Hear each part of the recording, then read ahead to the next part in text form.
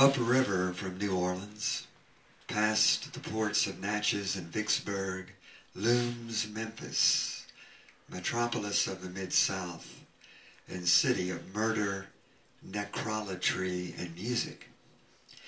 Memphis muse hangs in the air like a crow, circling in menacing descent, with sardonic eye winking on the tail draggers below. Pardon me.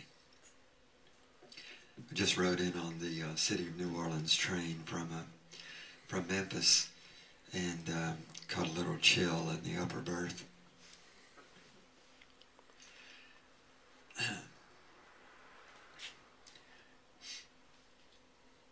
The crow and circling in menacing descent, the crows are circling on the tail draggers below.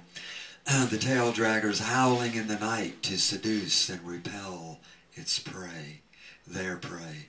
It is the song of sex and death, sung always in the Delta, and it's the same song with a more baneful lilt, sung up in the hills, that comes eventually upriver or downriver into Memphis, and lingers in malevolent tones over its bayous and creeks and crossroads. It is the song of earth and sun, of loss and betrayal, of night and sacrifice, of catching the wind off the side of a boxcar, of floating into town on the black wave of a river barge, of drifting on the winding smoke of burning mansions. Known as the Bluff City, Memphis is built on the New Madrid fault line, a geological fissure extending a couple hundred miles north and south. It was during the dawn of recorded history in the region that French trappers and fur traders had encamped on the river bluff of what would become the future site of the city as we know it now, chronicled in an eyewitness account written by an anonymous Frenchman.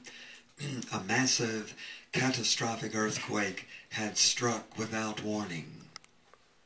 For 3 days the Mississippi River ran backwards and filled a cavernous breach in the earth that the quake had opened, an enormous ravine that became known as Real Foot Lake.